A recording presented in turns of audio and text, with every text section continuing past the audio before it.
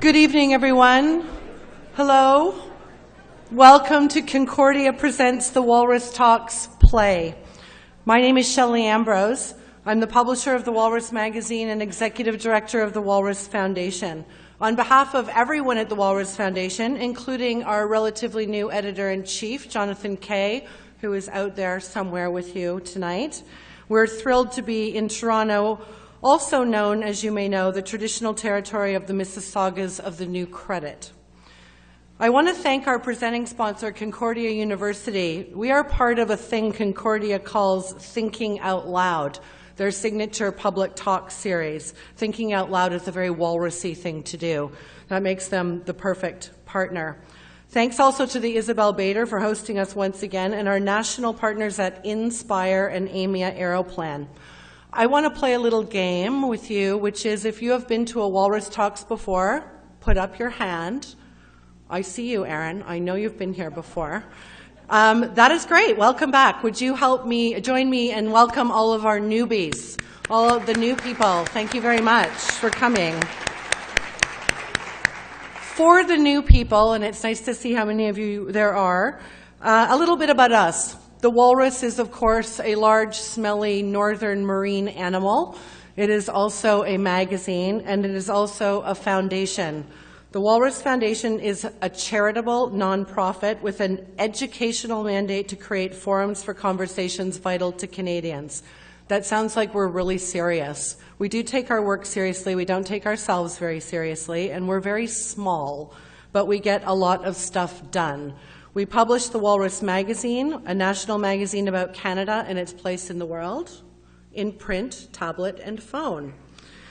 We do that 10 times a year. We also produce this national series of Walrus Talks, as well as podcasts, ebooks.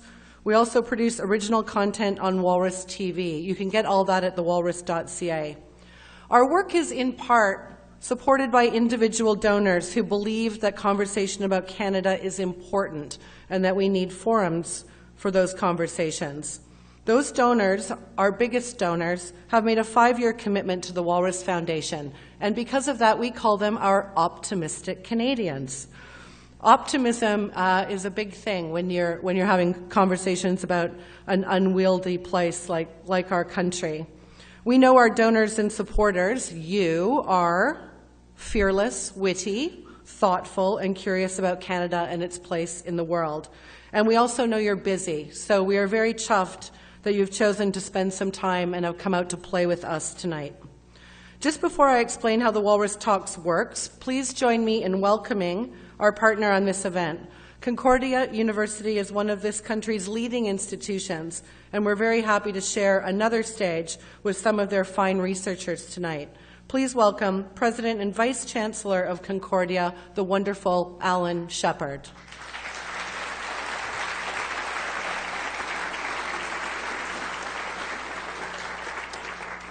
Thank you, Shelley. I like to think I'm an optimistic Canadian.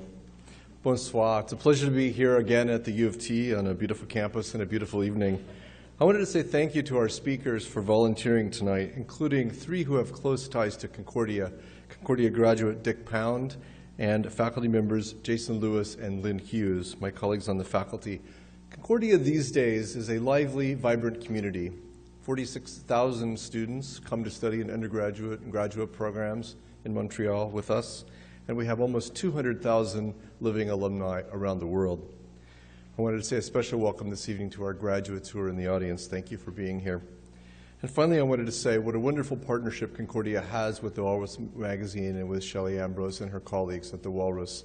This is part of a national effort to highlight some of the strengths of Concordia, to show off some of the talent that happens at the university. Thank you for being here. It's a pleasure. Good evening.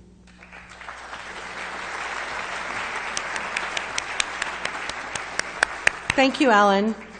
You may be wondering how we chose our topic this evening. We have now produced more than 30 Walrus Talks across the country on topics as varied as energy, climate, human rights, water, performance, vice, philanthropy, creativity, conversation, the Aboriginal city, being human, and more.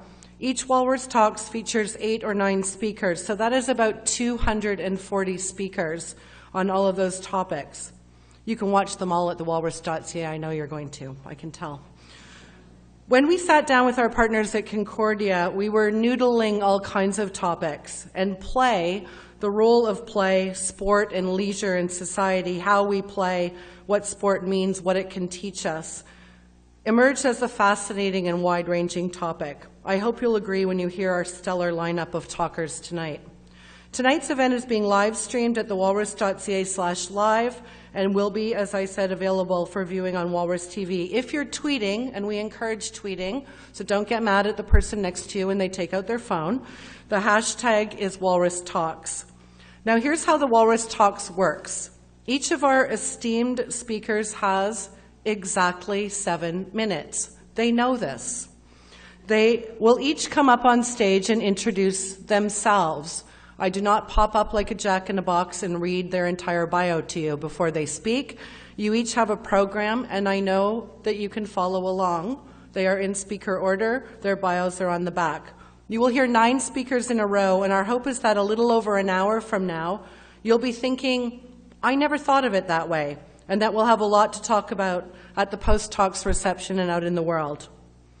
Plato said, you can discover more about a person in an hour of play than a year of conversation. We're going to have an hour of conversation about play, so take that, Plato. Kind of turning that on its head.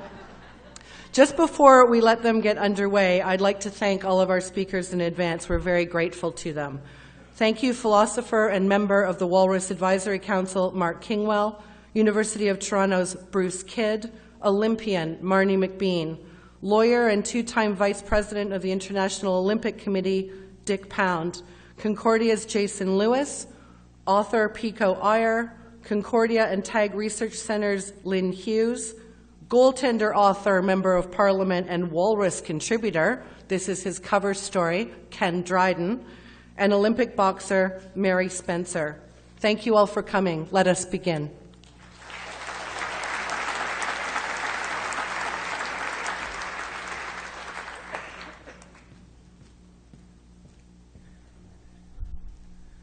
Good evening, everyone. My name is Mark Kingwell, and I'm a professor of philosophy here at the University of Toronto. What is play? There is no agreed upon philosophical definition, no necessary and sufficient conditions of play, but I'm going to put this forward as a proposal for a definition. Play is time out of time. And when one has only 7 minutes to speak about something so complex, one is very conscious of time. I want to draw a distinction, which is actually an ancient Greek distinction between 2 kinds or notions of time. The first is chronos, which gives us the word chronology, chronological.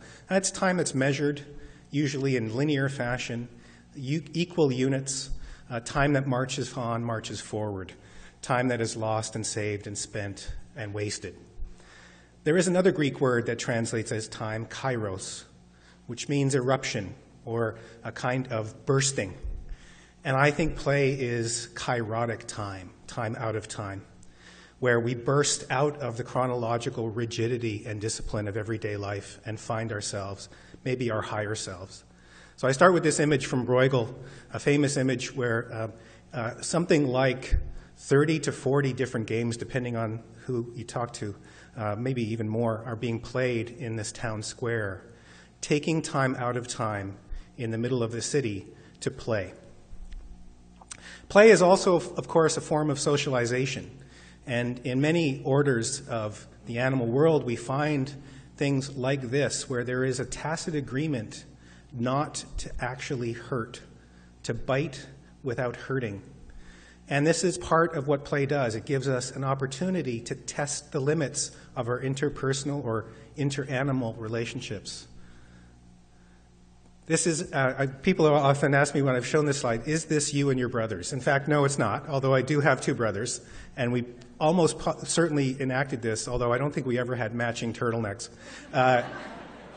So play among humans is a keen form of socialization because it allows us to understand our place in the order of things, and sometimes to cry foul, to make claims of injustice, which are key to our development. Play is also, of course, a source of imagination or a site of imagination, especially in the form of pretending. So if in time out of time we're socializing, we're not just doing that, we're also exercising this capacity to imagine things as otherwise than they are. So to feed the teddy bear is to do something which makes no literal sense, because the teddy bear is not a real bear. If it were a real bear, you wouldn't be able to feed it. But for the child, pretending that the teddy bear is real in the act of feeding is a kind of engagement with possibility. Pretending is, however, a risky business. So I can shoot you with a pretend gun, but that might be, under certain circumstances, an assault in criminal law. Pretend guns are dangerous things. They're also dangerous things when they're ineffective, when I might want them to have more effect than they do. My pretend pistols have no power when you have real guns. But pretending is essential to our sense of ourselves and our creation of worlds. We are world-making creatures, and pretending is not something that only children do. I want to say, and I think this is probably something that's on the minds of everyone, that maybe there isn't enough play of these open-ended kinds available to young children today, young people today. This, by the way, if you Google the word play, just play, this is what comes up by far the most often as an image. The play symbol on some video game or console. And I'm not going to belabor the point, but I do want to say that the kinds of pretending and socialization where we have open-ended engagement with each other and with the world are far more profound than the kinds of directed play which are available in even narrative and open-ended games. So here's a distinction. I'm going to talk a little bit now about the subset of play that is games. And not all play is games. And there are different distinctions to be drawn here. But games are specific kinds of play which most typically, but not exclusively, aim at a result. So a game of a certain kind, say a sporting contest, like hockey, aims at a result. And it generates its result in part by containment. So you can see this in the typical outline of a hockey rink. All of the rules of the game are actually physically enacted here with the circles and lines. And if you follow the game, you know why the blue line is important for the offside rule. You know why the red lines are important for icing. You know why the center red line is important for passing and illegal passing and so on. The game is contained by boards, literal boards in this case, which are also important for generating friction between you and your opponent. But not everything is covered by the rules. And it's an interesting thing about hockey and some other games that though they are constrained or confined in this particular way to generate a result, they also have a certain kind of code. There was a player recently, a Canadian player, who criticized a referee after a game and then had to apologize because he had broken an aspect of the code. Having a fight, which might seem like it's inconsistent with the game, is actually, of course, part of the culture or code of the game. So these are important games, but I want to suggest there are at least two other different kinds of games. So games that force results are one kind, and typically they are in these rectangular patterns, like a hockey rink, a football field, a tennis court. Here's an interesting game that has a different kind of geography, baseball, my favorite game. And as you may know, one of the quirks about baseball is that it doesn't go according to time. There is no clock at a baseball park. There is no countdown. The game is entirely endured and enjoyed in outs and strikes. I say that because even though I'm a fan, I've sat through many games where people said, like Homer Simpson once when he was not drinking beer at a game, "This is so boring, I can't believe I'm here." That's not the purpose of beer at a baseball game, by the way. It's to enhance your enjoyment. But I know some people find baseball boring. Theoretically, a baseball game can go on forever. It is a game of infinite possibility. No actual game has yet gone on forever, but according to the rules, it could. The other thing that's fascinating is the foul lines that you see there extend infinitely. There is a fence to mark home runs, but the foul lines themselves, theoretically, notionally, go forever. And because of that, they actually encompass the earth. So think about that the next time you're bored at a baseball game. You're looking at home plate, that is the point from which the entire earth is encompassed. And the game may go on forever. So that's a game that has a kind of opening up, or I want to say a quasi-infinite capacity. So if the first kinds of games are finite games, games with results, a game like baseball is quasi-infinite. And then there are third kind of games that I want to call infinite games. And I'm following the philosopher P.J. Carse on this, by the way. Games where the infinite is the point. Not just a possibility, as in baseball, but the point. And here is an illustration. You may recall a famous passage from Salinger's Seymour, an Introduction, where the writer is talking about how he was playing marbles with a friend. And he scored a hit with his marble. And Seymour, watching on, says, can you stop trying so hard? Can you stop aiming so much? And his brother's puzzled, and he says, well, if I don't aim, how can I hit it? And the Seymour character says, well, if you're aiming, it means that somehow you believe you won't hit it. Aiming is already a confession of a certain kind of failure. And I think of this as what you might call the Zen or the Tao of marbles. And here's the Zen archer. The Zen archer knows that time, in the chronological sense, is just an illusion, and there is no aiming. Right? Yoda, do or do not, try not, there is no try. Right? The arrow is always in the target. It has always been in the target. It will always be in the target. And the act of shooting is just the completion of a kind of inevitable fact. Now, that might sound a little bit mystical, and I think it is. Shelley just mentioned Plato. He's there on the left pointing up to the eternal realm of the forms. I actually prefer Aristotle, who's there on the right. And Aristotle's saying, take it easy, man. Reality is right here. You don't have to go to some extrasensory transcendental realm to find within ourselves the divine. The divine is always part of human life. It is the highest part of human life, Aristotle says. It is the part that makes us most human. And it is in play in these infinite games and the quasi-infinite games that point to them that we feel the presence of the divine. We feel within ourselves the sense of actual transcendental possibility that doesn't postpone reality to some other realm, but sees and knows that it is here. We do have to break the bonds of Chronos. We have to rupture Chronos with Kairos to find this transcendental or divine possibility. But when we do, we know, as Blake did in his famous poem, and this is his depiction of Jacob's ladder, that we can experience the world in a grain of sand and eternity in an hour. Thank you very much.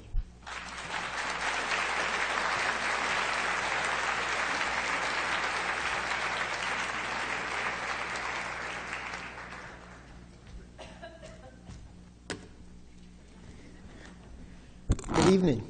I'm Bruce Kidd, and I'm delighted to be here. Are sports still play? Sports present a great paradigm of play.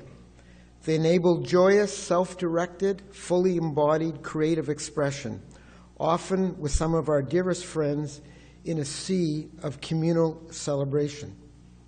Many of us spend some of our happiest moments in sports, unhurried by the world, in an endless series of improvisations. I used to play hockey with my wife and a few friends late every Sunday night on an outdoor pad at Prince of Wales Park overlooking Humber Bay. The streets and the neighborhood would be quiet, and the only sounds we heard were those from the ice. Those games were the highlight of my week. When I missed a pass or needed a rest, I looked out over the skyline of Toronto and felt at peace. There are 101 sayings that capture this sentiment. My favorite comes from playing baseball growing up in the East End of Toronto. You win a few, you lose a few, but the ones that hurt the most are the ones rained out. Watching sports can be just as exuberant, with almost as many opportunities for creativity and camaraderie. Fans can add their own strategies, costumes, and commentaries. In many venues, they become the extra player. Yet today, many sports have become extremely regimented, and the opportunities for self-direction and spontaneity severely diminished. At every age and level of ability, participants are expected to obey the dictates of a coach, follow a system, and hone their bodies to the requirements of their sport. The language of play has been replaced by that of conformity, sacrifice, and work. In youth sport, organized teams and leagues have replaced pickup or other forms of participant-initiated games, and the best athletes are taxied by parents to an endless schedule of practices and games conducted by professional coaches and managers. At the highest levels, in the Olympic and professional sports, training and competition are ruthlessly subordinated to winning, at the expense of the other rich meanings that resonate with sports. Athletes, coaches, and managers' very livelihoods are dependent upon whether they win. The Olympic movement, dear to my heart, began as a project of educational reform focusing on intercultural communication and sport for all. The International Olympic Committee still lionizes the self-actualizing individual as the epitome of Olympic values. Yet the Canadian Olympic Committee helped create Own the Podium, which suggested to the world that Canada only invited everyone to Vancouver Whistler in order to beat them, and which has divided the entire pan-Canadian sports system into funded winners and impoverished losers. When Dick Pound and I competed in the Olympics half a century ago, we competed fiercely to win, but the ideal was to prepare for a non-sporting career, and when we traveled to engage in cultural performances and intercultural exchange as well. Today, most Canadian athletes abroad stay in their hotel rooms, lying on their backs, visualizing their races. Of course, the transformation of sport into work did not happen overnight, but over the course of the complex, society-wide specialization and speed-up that has advanced steadily over the last century. Today, the best athletes train twice or three times as frequently as we did a generation ago. Should we worry? I'm less concerned about the best Olympic and professional athletes who still find ways to enjoy and be creative despite the structures confining them, and have unions and associations to protect them. Nor am I worried very much about the thousands of masters or adult recreational athletes, mostly from the middle class, who play for the pleasures sport bring and have the means to walk away if the requirements become too onerous. But I worry a lot about children and youth. Enjoyable sport can be an entry to a lifetime of healthy physical activity, yet in national surveys, participation is falling like a stone. It is unhappiness with the initial sports experience that drives many of the children into dropping out. So let's do something about it. In the first place, we can do a much better job of providing inclusive, quality physical education and after-school sports, with a focus on education for life and enjoyment, not just performance. It would make a world of difference. Very few of the problems of youth sport emerge from public schools. It would also help correct the woeful inequality that now characterizes Canadian sport. Today, the children of the upper classes are 3 times more likely to participate than those from poor families. As sociologist Rick Bruno has observed, Gordie Howe would never make it to the NHL today. His parents could never have afforded all the fees.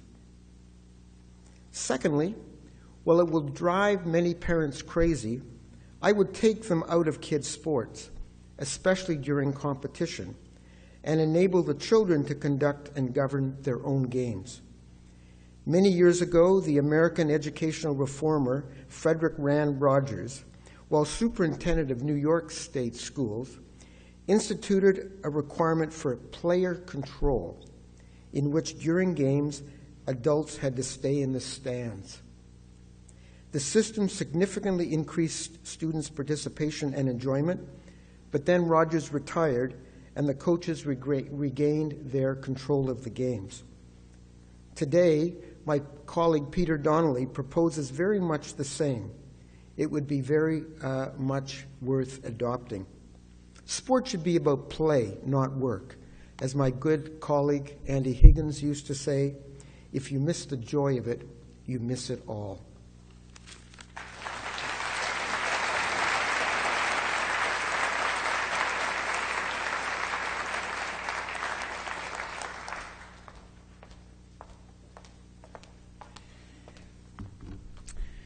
Hi, I'm Marnie McBean, and among other things, I am, waiting for a slide, there it is. I am a 3-time Olympic champion, and I have a bronze also.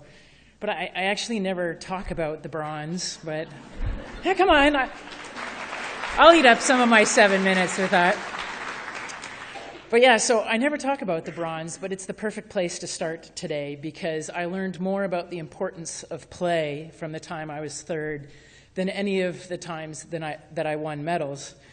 And don't get me wrong, I'm really proud of the bronze medal, but to me it was a miss. And like most of our misses, it's the one that sent me into the most reflection to try and figure out what I hadn't done that day, what we were missing from our training, so that I could figure out how not to do it again. And it didn't happen right away, but from that medal, I learned that if you take play out of your work becomes a grind. And if you can somehow keep play in your work, then it's going to remain a passion. This is the quad. This was the crew that I was in when I won that bronze medal. So Kathleen Heddle, who's on the far side, and myself, we already had 2 Olympic golds from the Barcelona Olympics. We would go on to win a 3rd Olympic gold at the Atlanta Olympics. But when we had competed in Barcelona, we had done 2 events. And having 2 events to compete in and to train for had given us some really dynamic opportunities. And to be quite frank, the opportunity of doing 2 events, which is something that no other countries were doing, just the bold challenge of it, well, that was really fun. It's always really fun to do something that everyone's telling you that you can't do. So 2 years before the Atlanta Olympics, we put this crew together, and the point was we wanted to do it again. We wanted to get 2 Olympic gold medals. And we had a great shot to succeed, but first we had to figure out, how to beat everybody, and specifically how to beat the Germans, because they had been the best in this event for a very long time. And when you want to go to the Olympics and you want to win, you don't just go, ooh, I'm dreaming of Olympic golds and think all Citius, Altius, Fortius. We had 2 years of looking at strategy, analyzing and comparing what our strengths were versus the strengths of everybody else. And we knew when we looked at the Germans, if we looked at our physical strength, checkpoint Canada. If I went through every one of those women and lined us up against the Germans, I was quite certain that physically we were stronger. And then technically, maybe checkpoint Germans. The Germans, they just row this boat. It's a very technical boat. They rowed it beautifully. And as much as we did drills and we studied video and we drilled some more for 2 years and we brought our technique so close to theirs, maybe point Germany. But then strategy and tactics, we had those. Definitely, that's always been my wheelhouse, is strategy and tactics. And we had everything about our race plan. It was designed to go after the Germans' weaknesses. Everything in our race plan for 2 years, we were focusing on how to make sure we were taking advantage of our own strengths. But we were missing something, because every time we raced the Germans, it was Germany 1, Canada 2. And I kept trying to figure out what it was, and I couldn't figure out what we were missing. And the day that I did figure out what we were missing, it was really annoying, because it was the day of the Olympic final in Atlanta. And it always sucks when you figure out what you needed to know after you needed to know it, but it tends to come to you at those moments. But at that point in time, I knew exactly what we were missing. This is the Ukrainian quad. And when we crossed the finish line in Atlanta, not only had we not beaten the Germans, but the Ukrainian quad had beaten us. And that would have really pissed me off, because I don't like not winning, but that would have really pissed me off if I didn't find myself so distracted and frankly envious of the reaction that the Ukrainian women were having. It was just so lovely and joyous, and And the reason I was envious was because I was quite certain that if we had come second, we wouldn't have been that happy. And I thought about it, and I'm like, I think even if we had won the race, if we'd beaten the Germans, I don't think we would have been that happy. We wouldn't have shown that kind of joy. And it was right then that I understood what had been missing from our training. And it was obvious that the Ukrainians had had a lot of fun. They had a lot of joy, and they had a spark. And that was something that had been missing from our training. We didn't have the spark. And so all work and no play had made Canada good, but it hadn't made us great. So jumping ahead to my next career, after I finished rowing, my next career was mentoring other Canadian athletes. And so my job from 2006 to 2014 was to help Canadian athletes have swagger and confidence, specifically in the Olympic environment. And at first, I have to say, at first I was working with mostly rookies and non-medalists because, well, we hadn't started to own the podium yet. We kind of sucked at Olympic Games. And so, and when I did have returning medalists and returning champions, they were more outliers than anything else. So with my Olympic rookies, my role was to help Canadians know that as normal as they thought they were exactly the type of person who could achieve Olympic success. Kind of, if I could do it, you could do it too. And the messaging was never complicated. It was always really simple because everyone was having so much fun doing this big chase at the beginning of their career. The messaging was like, if you make a mistake, that's okay. You know, no one expects you to be perfect. Just jump up, dust yourself off, learn from it, go out and play, and go for it. And then Vancouver happened. And in Vancouver, Canada started to win. And we started to like really own the podium.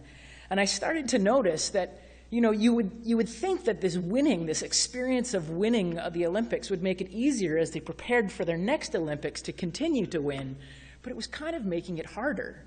And the returning athletes, as they were prepping for the Sochi Olympics, they were finding it was increasingly, their mental preparation was increasingly complicated.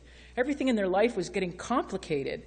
And when they made mistakes now, they were feeling judged. You know, ooh, who saw that? Like, what must they think? I'm supposed to be an Olympic champion. Right? You know, they felt that perfection, they felt, was expected. They expected it of themselves, and they felt everybody was going to expect it of them. So listening to all of the athletes from all the different sports that I was working with, the problem was the same. The questioning was the same. Where's the fun gone? And thinking back to my own career, I couldn't help but think about the Ukrainians and learning too late the problem with missing joy from our preparation.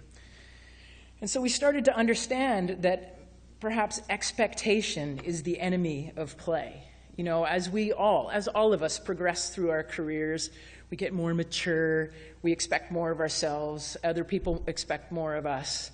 That all of a sudden, as this expectation goes up, this sense of joy and play somehow gets put to the side. The work that we once loved and sort of reveled in starts to feel like a burden, and it starts to feel like a grind. But of course, the Canadian athletes, they didn't want to just roll over and go, well, I guess I've got expectation, I'm not supposed to win anymore. They wanted to figure it out. They wanted to succeed again. So we had to we had to look through. And we updated our understanding of expectation. So while my title of the speech here is Expectation is the Enemy of Play, we updated that to expectation can be the enemy of play, but it doesn't have to be. And so from that point in time, the conversations became very much about reframing what fun looks like now. What fun looks like at this point in my career. Not what fun looked and felt like at the beginning, and if we think about relationships, not what love felt like at the beginning, but what love feels like now, what play feels like now. What am I going to enjoy about now? And so when we got back to reframing what fun looks like and how fun feels, it was really about simply getting back to the basics and reframing them. Joy comes from being curious and letting yourself make mistakes and not taking yourself too seriously, something we do too much as we progress through our careers. Fun comes from being open to new ideas, trying new things and change, because it's impossible to know everything. I thought this one through, but I'm going to swear. Only an asshole says that they know everything, right? Sorry, you can bleep that out, except for the live streaming bit.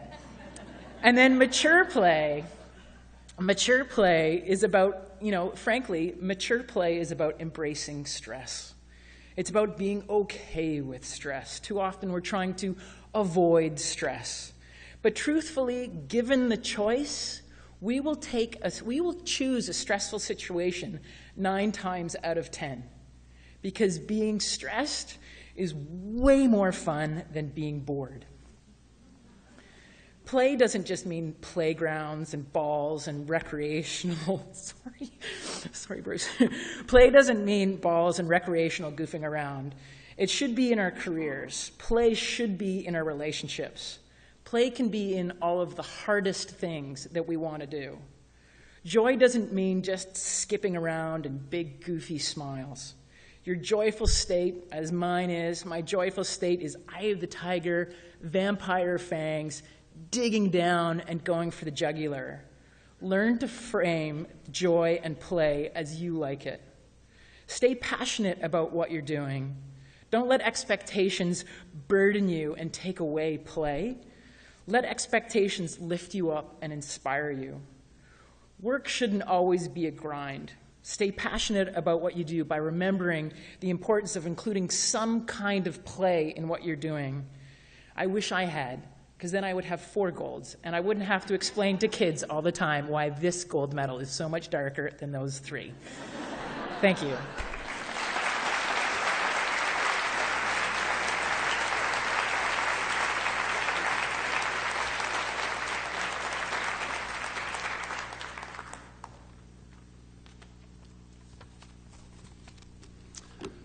Hi, I'm Dick Pound, and I'm going to talk about cheating. Sport always begins as play, but distortions occur once money, national hubris, and personal status become involved. And I'll give 3 examples dealing with governance, officials, and athletes.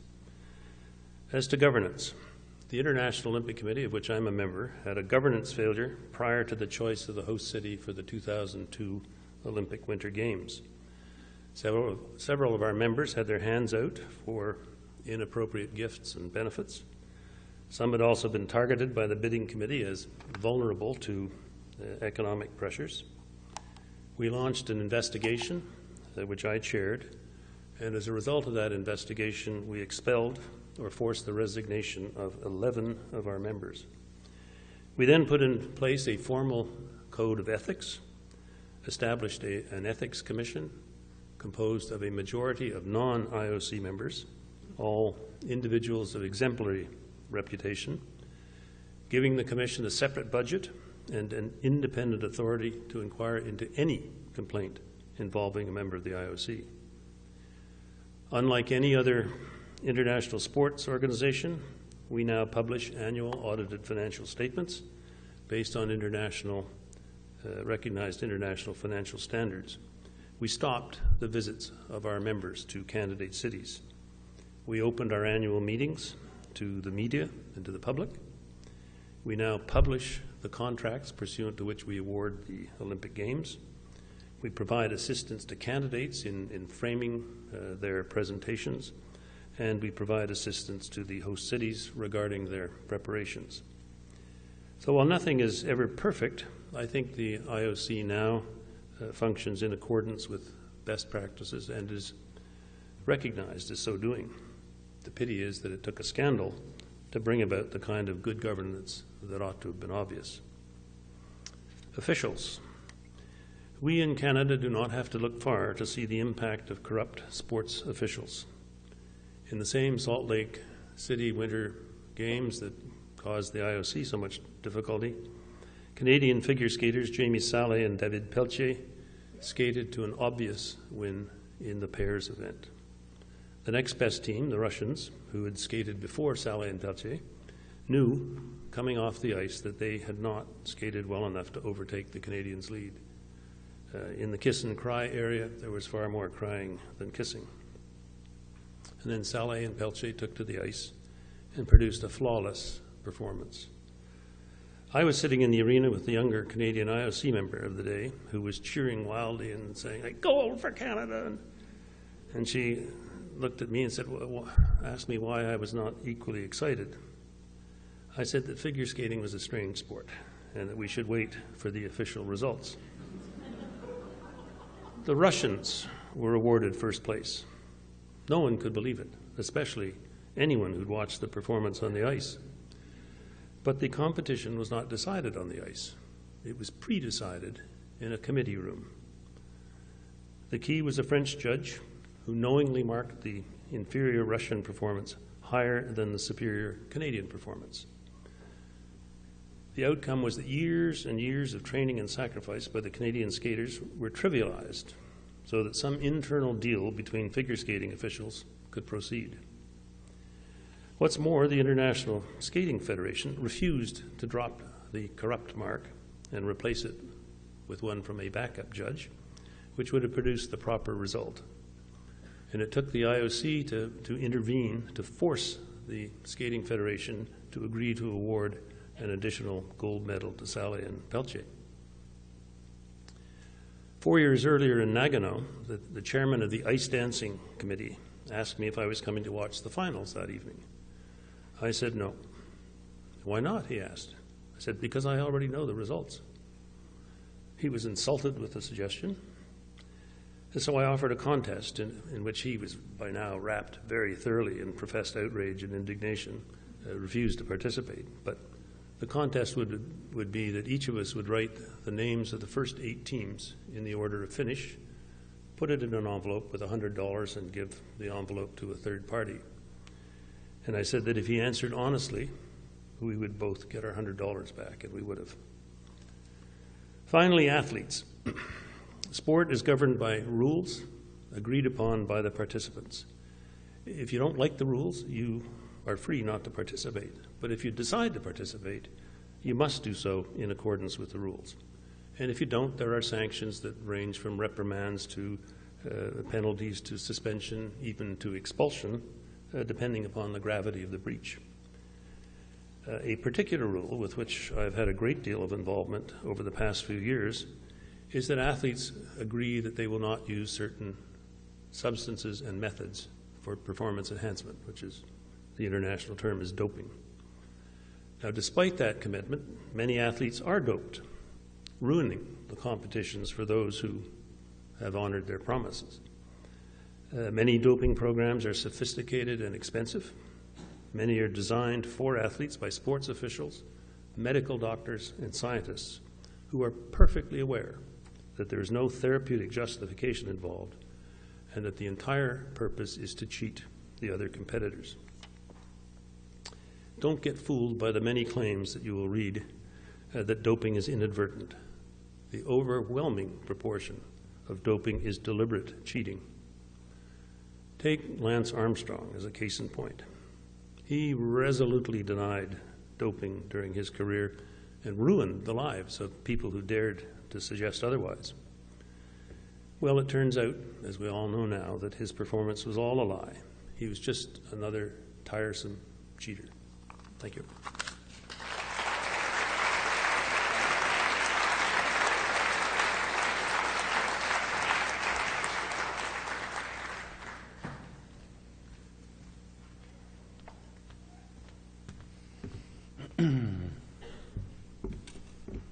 So hello, my name is Jason Lewis. I'm going to take things in a little bit of a different direction. I want to talk about science fiction, and science fiction as a sandbox in which we play at what we want to become. I got to get my clicker. We use it to fantasize and to dream, as well as to encourage and warn. Yet a funny thing happens when North American culture plays this game. It rarely imagines indigenous people as players. The few times we are included, this is often how we are represented. Primitive, irrational, not human, and almost always desperately in need of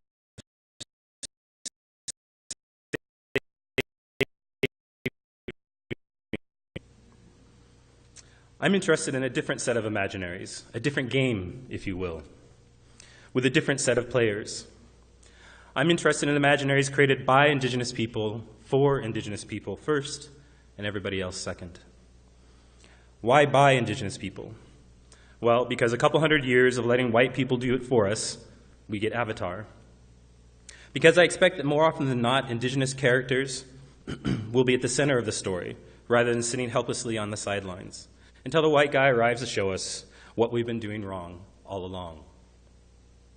So for this talk, I commissioned Indigenous artists to create an image of their descendants or their community in the future, 7, 10, 20 generations hence. This one is by Tommy Deere, a Mohawk from Ganawage.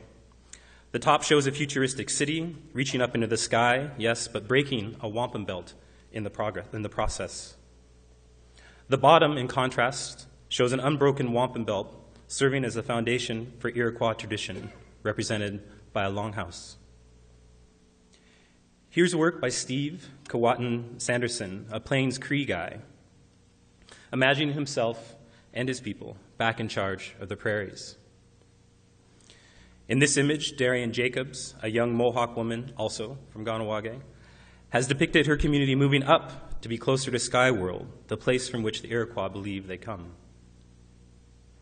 Heather Campbell, Inuk, had the bleakest future imaginary, one in which her community has been forced above the tree line and underground to escape global warming brought on by the excesses of capitalism.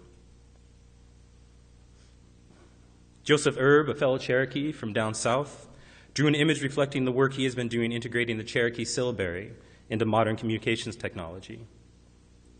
And out in Seattle, Jeffrey Virege, a Scallon comic book illustrator, sent me an image that illustrated his desire to see native astronauts out exploring the cosmos. And finally, Gaia Denoro Bush, another young Mohawk woman.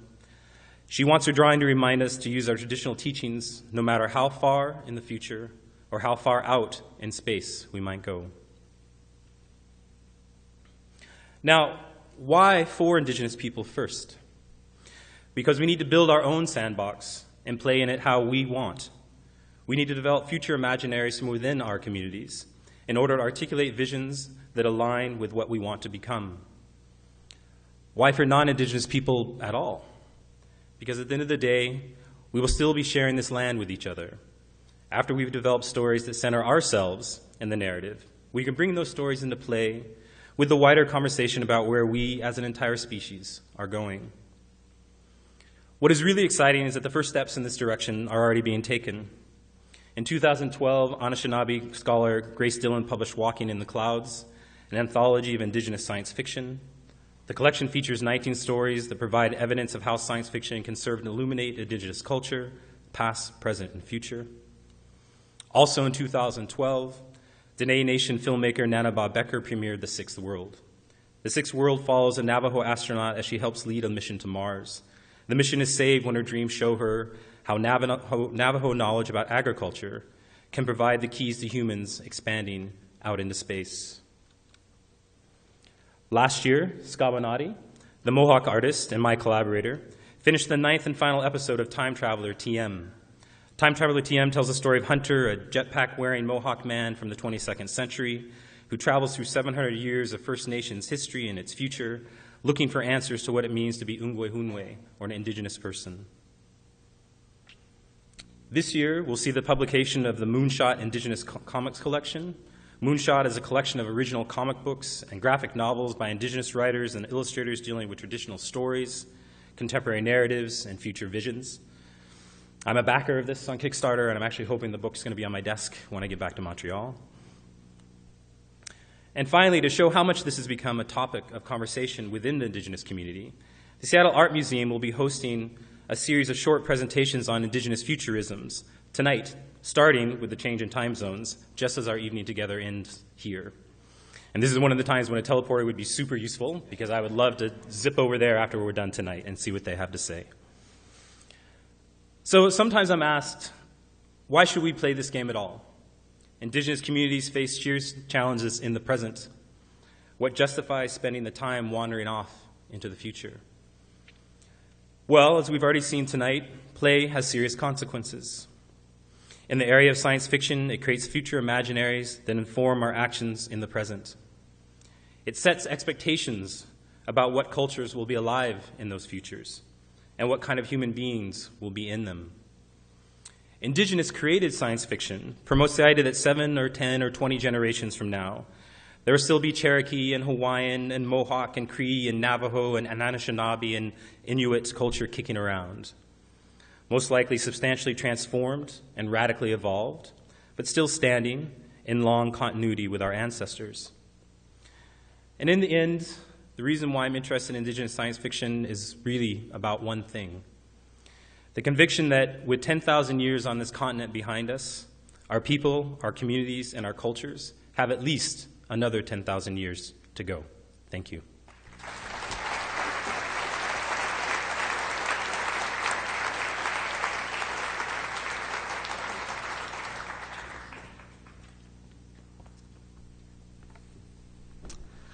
I'm PICO IYER, and I am hitting the ball really fast over the ping pong net at Fukuoka-san, and the ball is coming back even faster, glancing the corner, impossible to return.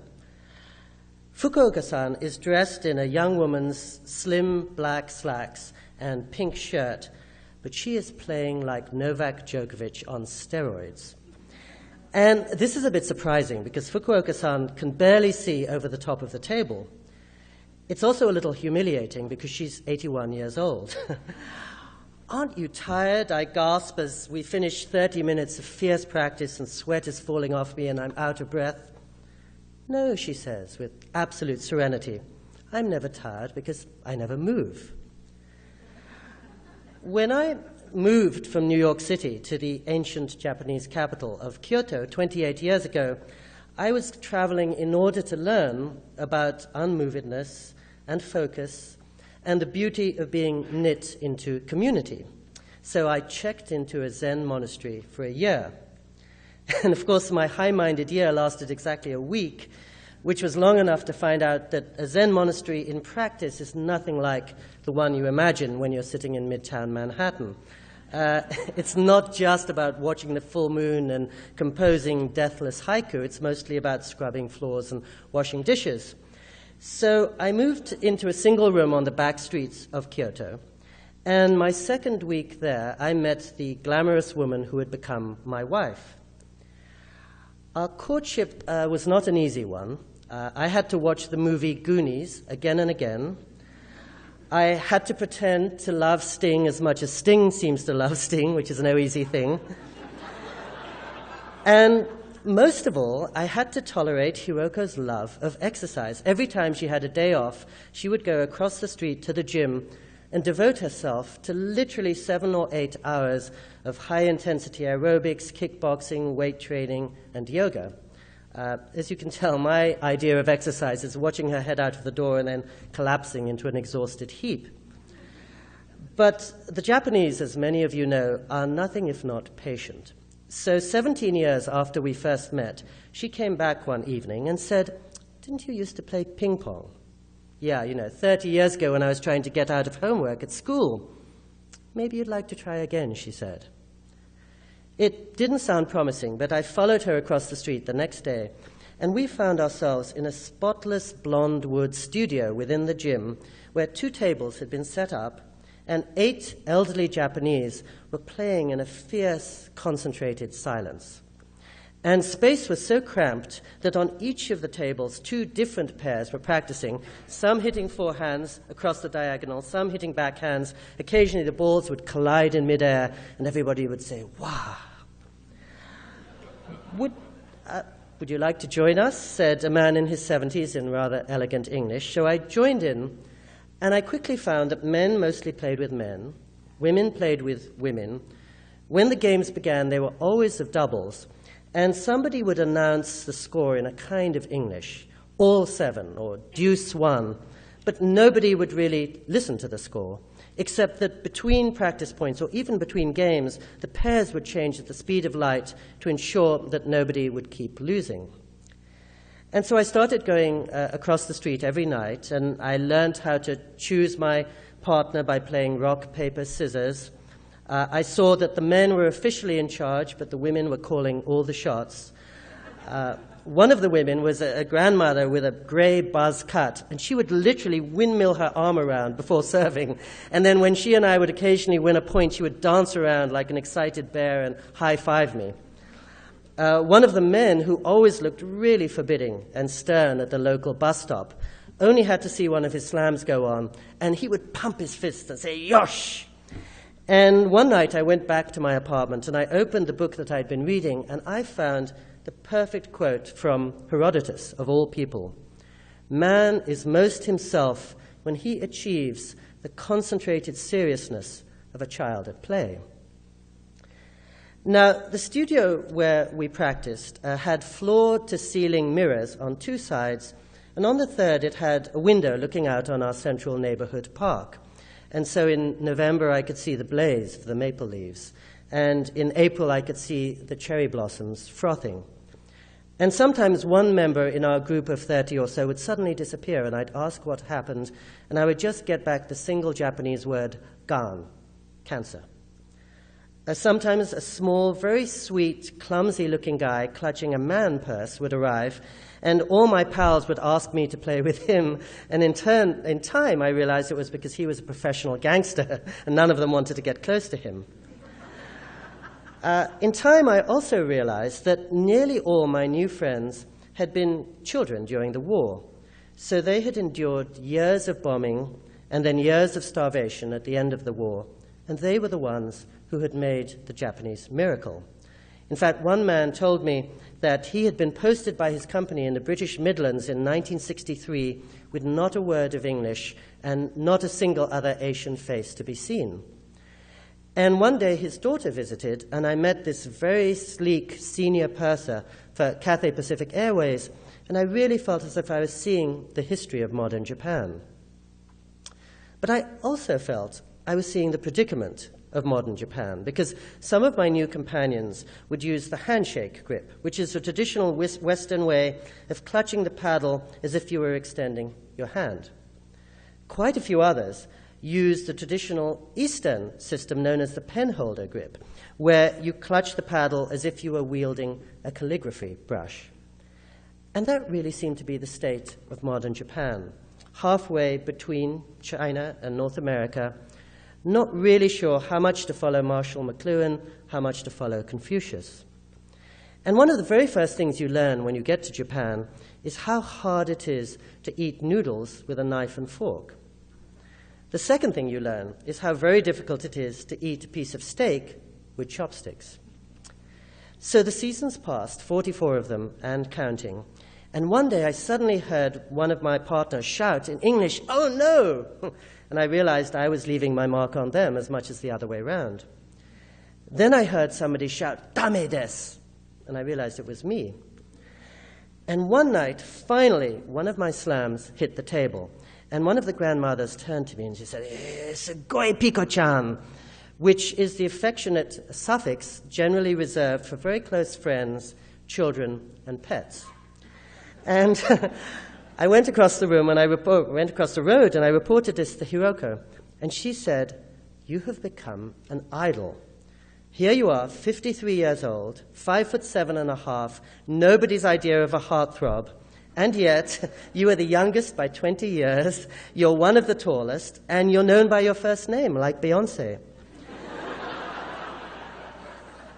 And I looked around the two-room apartment we have shared for more than 20 years, no car, no bicycle, no TV I can understand, no media whatsoever. I thought of the ping pong club, and I remembered why I had come to Japan in the first place, to learn about stillness, attention, and the grace of being knit into a community. I had found my monastery at last.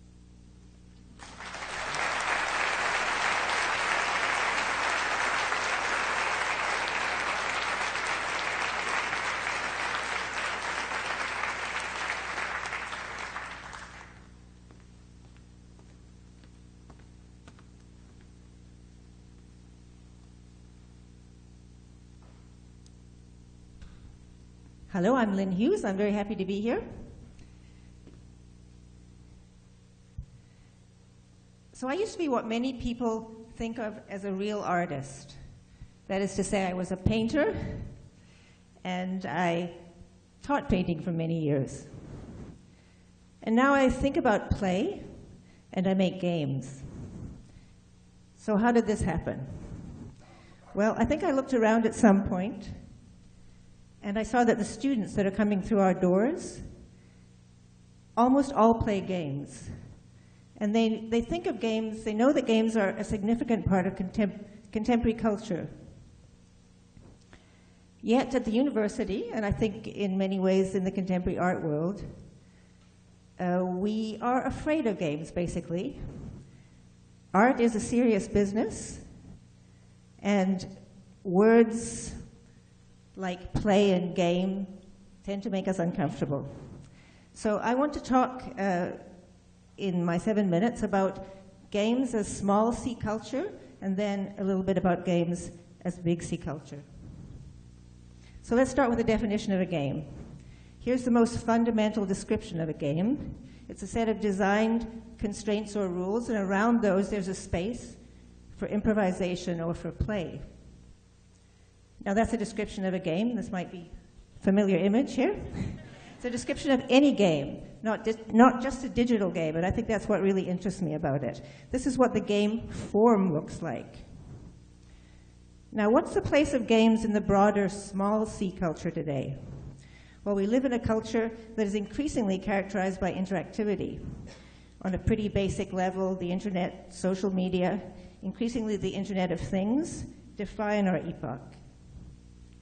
Now, here's a description of interactivity. In other words, we could see games, the game form, as the form that underlies contemporary culture, and I think that's an interesting thing to think about.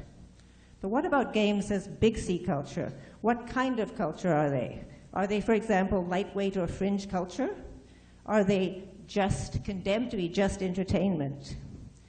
Well, for most people, I think that we don't realize at this point that the game industry looks a lot like the film industry, in the sense that there is everything from at one end, these big, violent, often violent, formulaic blockbusters, through to independent games, so games d'auteur, all the way to very experimental, radically experimental games at the other end. So in the few minutes left, I want to try to give you just a glimpse into what games culture looks like to me now.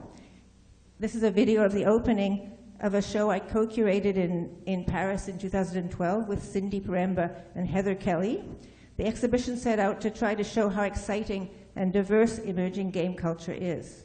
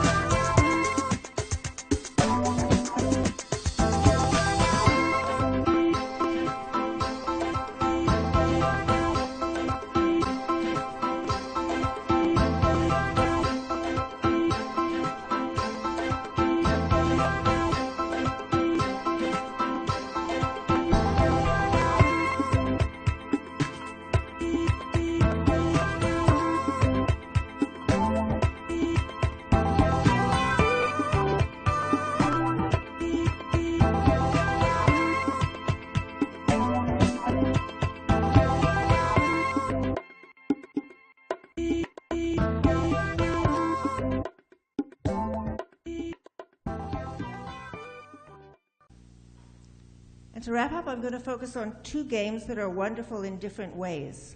The first one represents the return to very physical social gaming, and this is one example among many different kinds of games that are experimenting in this space.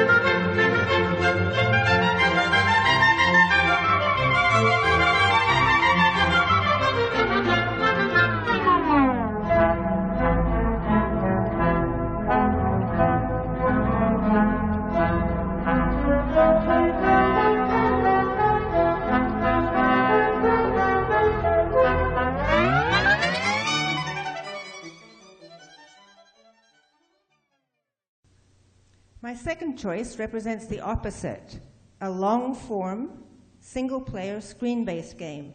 This game is by Vander Caballero from Montreal, and it's an autobiographical game about growing up with an alcoholic father. It's aesthetically beautiful and psychologically and socially rich.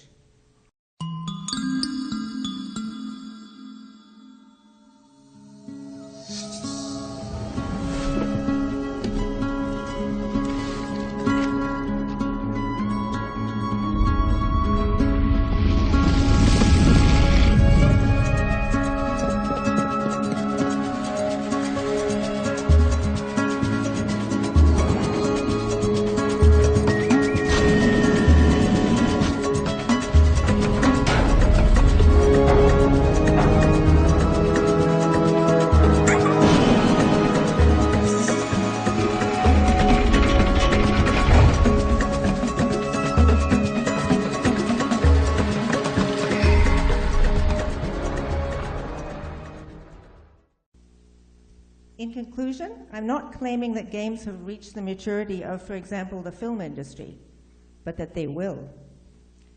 What's happening now is that there's an incredible explosion of activity around all sorts of different types of games.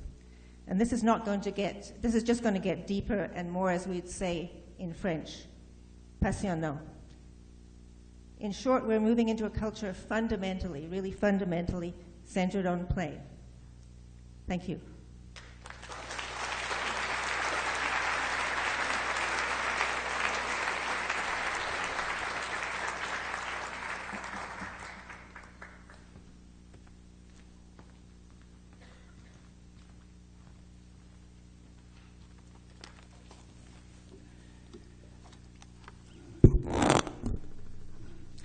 Hi, I'm Ken Dryden, and I'm pleased to be here tonight as well.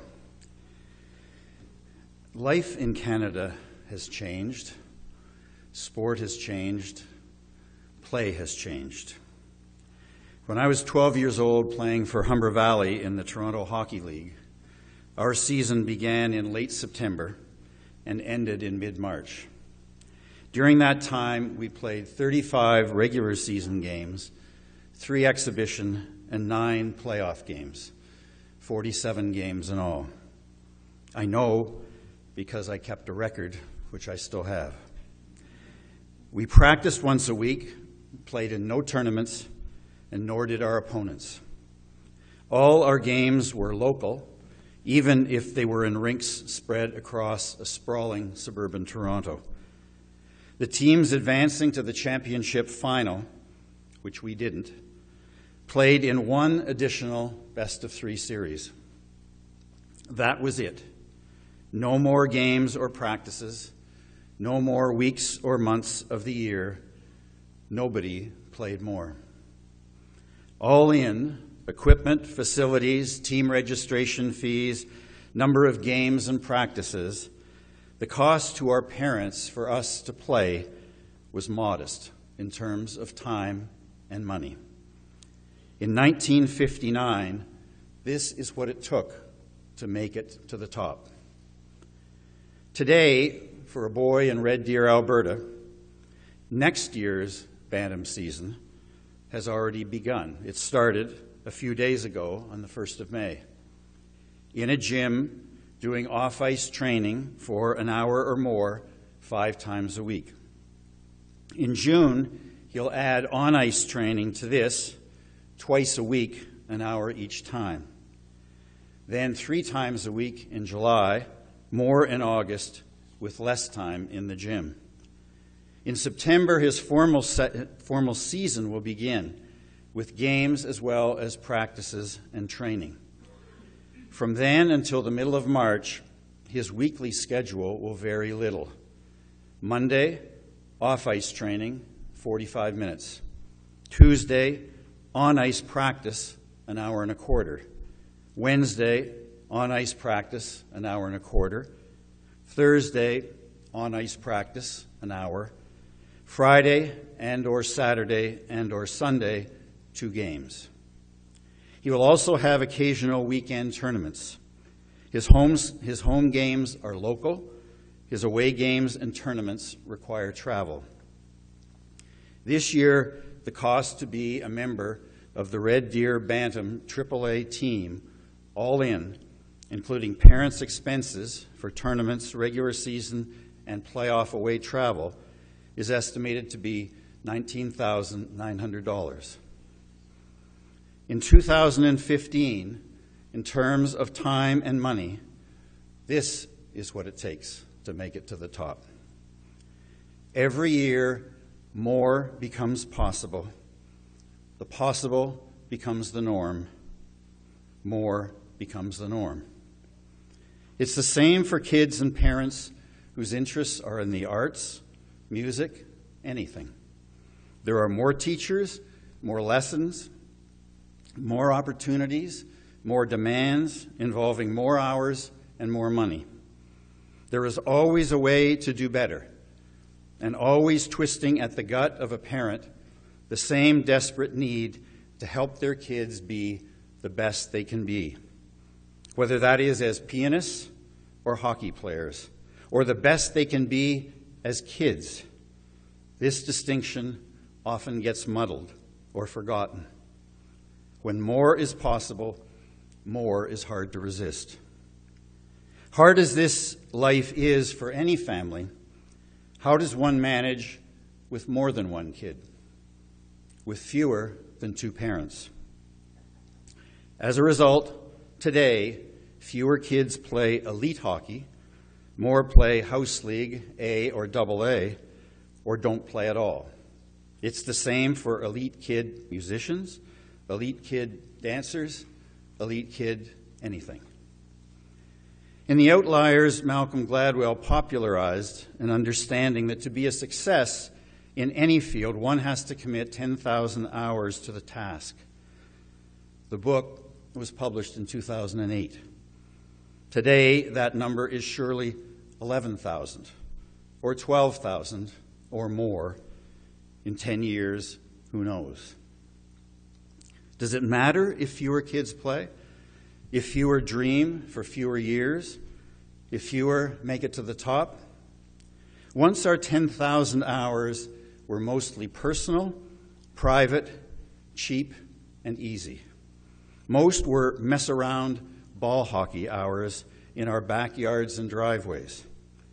Now our 10,000 plus hours requiring paid instructors and others are intense, focused, and expensive. More has become possible. The possible costs more. Life in Canada has changed. Sport has changed. Play has changed. The race to the future begins earlier in life. Wasting time means falling behind.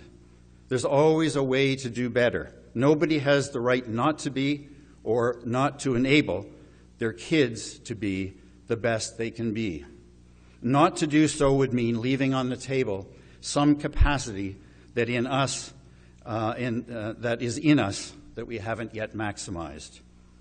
In this world, does simple play, simple unorganized play with no other bigger, longer-term agenda still matter? Is organized, professionalized play the only play? Why did I love those ball hockey games in our backyard in Etobicoke?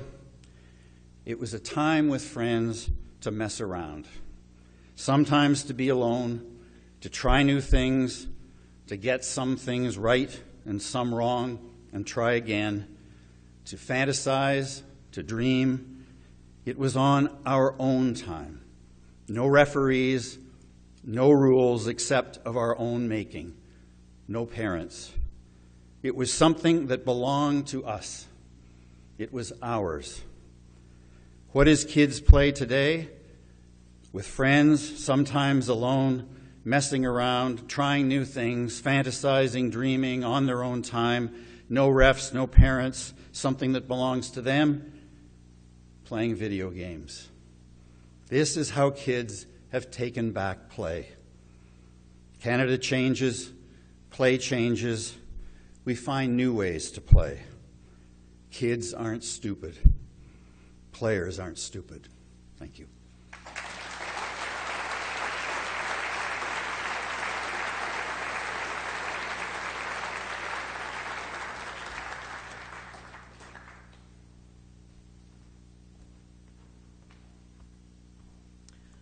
Bonjour, I'm Mary Spencer. I was 10 years old the first time I wanted to box. My dad and my brother had gone out of the house somewhere. I had no idea where they were until they came back. My brother had a bloody nose, and they were arguing about going back. My brother was saying, I never wanted to go in the first place, and I definitely don't want to go back now. And my dad was, mentioning the boxing club, and that's when I kind of sparked up. I'd always fought with my brothers, play fought at home. I enjoyed it, and I dreamed of the opportunity to be able to go all out. So I could see that my dad obviously wanted one of his kids to box. So I'm like, Dad, don't worry about it. He doesn't want to go. That's fine. That's his decision. I'll go. I'll go to the boxing club. And that was the first time I ever heard anybody say to me, girls don't box. What do you mean girls don't box? Are you kidding me? Have you seen us play fight in the living room? Girls don't box? Are you kidding me? He was serious. Girls don't box. And so I thought that, maybe it would just take some time for me to persuade him to think a little bit differently. So I did what any real boxer would do. I went to my room and started doing jumping jacks and push-ups and crunches, and every once in a while I'd look into the mirror and do the little tap of the nose with my thumb, do some arm circles. And I thought that by showing my dad that I was committed to this, I was serious, and I really wanted to box, he'd change his mind. But it didn't work, so I resorted to bribery. I said, Dad, if you take me to the boxing club, I'll fight the guy who fought my brother. And it didn't work. And so I took it one step further. I was like, Dad, if you take me to the boxing club, I'll fight the guy who fought my brother, and I'll kick his butt. And it still didn't work. And I continued with those little exercises that I had given myself. It actually took 7 years before I found myself in the boxing club for the first time. 7 years. And I walked in and I saw other women in the gym, and I realized girls do box. Girls do box. And when I went looking for a change room, I realized, yeah, but not for very long. They must have just started, because there's one change room. It said men on the door. That was okay. I found a coach who was willing to train me, and we began doing everything that the guys were doing in the gym. The sprints until we were puking behind the boxing club. And he'd throw me in the ring, and he wouldn't care that I was a female. He'd find the biggest guy in the gym. He'd be like, you're sparring this girl.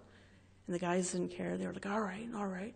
And get your brother, too, because today I want her to get her butt kicked. Like, okay, I'll get my brother. He's like, where's your friend? And I'm thinking, woo, okay, all right, this is cool. And being a competitor, I wanted to push myself as much as I could to see where I could go in this sport. My first goal was to win a provincial championship. And I won it, and I was excited. And the first thing I thought of was, what's next? Well, a national championship was next. So we went back to training, went back to sparring and running and everything else that we were doing. And my first national championship, I won. Wow, this is great. This is exciting. What's next? A world championship. All right. I was looking forward to that. Went back to the gym, went back to the drawing boards, came up with a plan, a strategy, did the training, and won my first world championship. Wow, what a great feeling.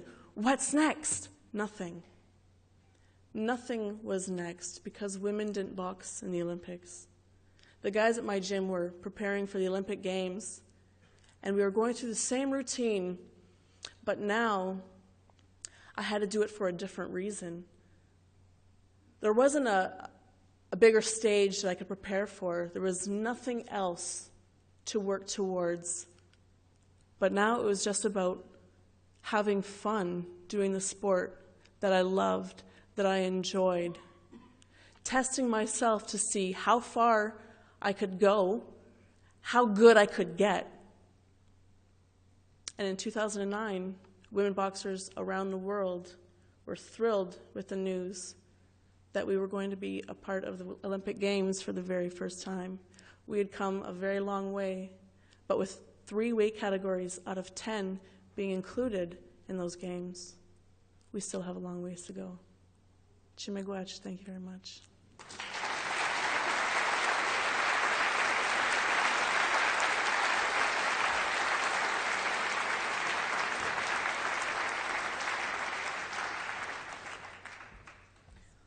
I feel like that Mary Spencer looks like butter wouldn't melt.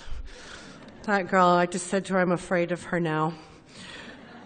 I want to thank all of our speakers, PICO, Beyonce. I'm going to think of like Beyonce IYER. I'm loving that. Mark Kingwell, Bruce Kidd, Marnie McBean, Dick Pound. Could you run for Prime Minister?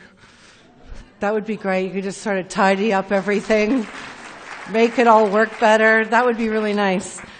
Jason Lewis, Lynn Hughes, Ken Dryden, Mary Spencer. Thank you to Alan Shepard and Joanne and Philippe and everyone at Concordia for being such wonderful partners and for your commitment to thinking out loud. Thank you also to AMIA, Inspire, the Social Sciences and Humanities Research Council, and the Isabel Bader Theater. Thank you, Walrus Director of Events, the superhuman David Leonard, our event coordinator, Miranda Newman, and all Walry, and yes, we know that's not a word. I hope we've given you some food for thought. Please join us at the reception. Ben McNally has a pop-up bookstore with books by all of our talkers. You can also visit the Walrus lemonade stand. There is no lemonade at the lemonade stand. The lemonade stand is where you can subscribe to the Walrus magazine. You can also drop your business card into a bowl there. You'll be winning 2 tickets to Soul Pepper's opening night performance of the Dybbuk. To find out where we are in the country and lots of other walrusy things, please sign up for our newsletter at thewalrus.ca. I can tell you that we're coming back to Toronto in the fall. The AGO on October 7th, Cities of Migration at Ryerson on October 28th, and RBC presents the Walrus Talks Philanthropy right here in this room, our 3rd annual, on November 24th.